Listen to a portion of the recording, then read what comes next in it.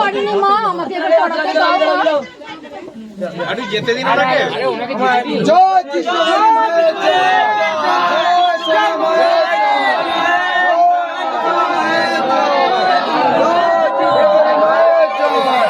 জয় মঙ্গলা মায়ের জয়।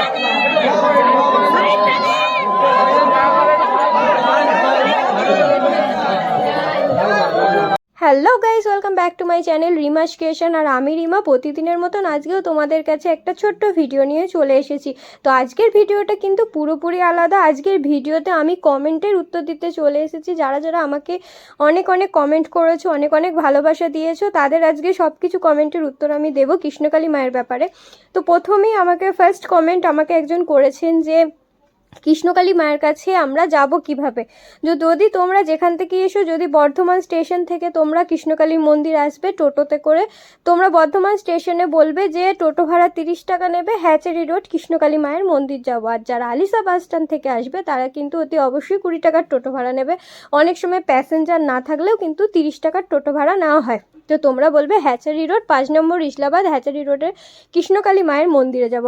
কারণ কৃষ্ণকালী মায়ের নাম কিন্তু চারিদিকে ছড়িয়ে গেছে, তাই কেউ চেনে না এমন কোনো ব্যক্তি খুবই কম রয়েছে।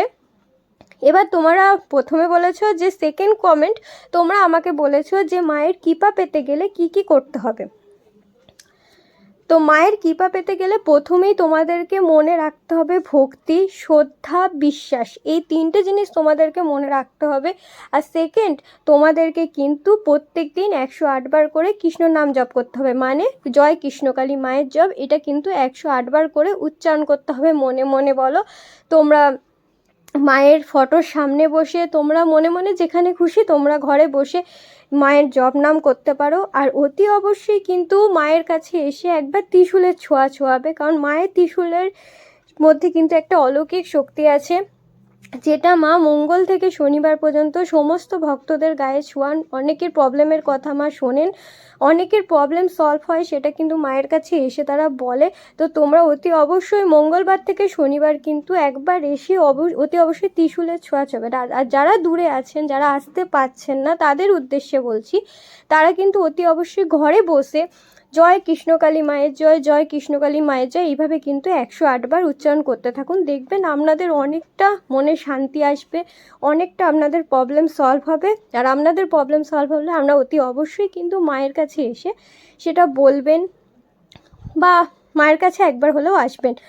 আর তোমাদেরকে বলি, আমাকে অনেকেই কমেন্ট করছো যে এটা নাকি ফেক, এটা নাকি একটা বিজনেস। তো তোমাদেরকে আমি একটা কথা বলি, এটা ফেক যদি হতো, এটা বিজনেস যদি হতো, তাহলে কিন্তু মা ভক্তদের কাছ থেকে টাকা পয়সা চাইতেন। কিন্তু মা কিন্তু সেটা করেন না।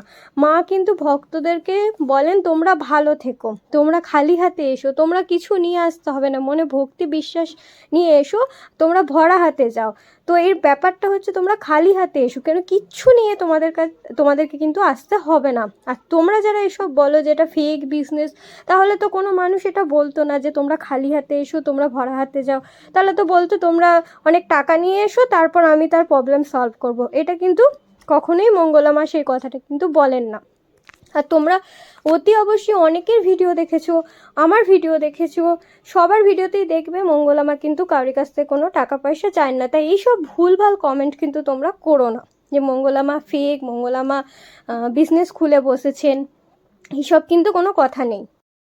আর অনেক দূর দূর জায়গা থেকে কিন্তু মানুষ আসছেন, তাদের কিন্তু প্রবলেম সলভ হচ্ছে, তাদের কিন্তু অনেক মানসিক শান্তি নিয়ে তারা বাড়ি যাচ্ছেন। অনেকের শারীরিক সমস্যা থাকছে, তারা অনেকের শারীরিক সমস্যা দূর হয়ে যাচ্ছে, অনেকের অনেক প্রবলেম কিন্তু মায়ের কাছে এসে সেটা সলভ হচ্ছে।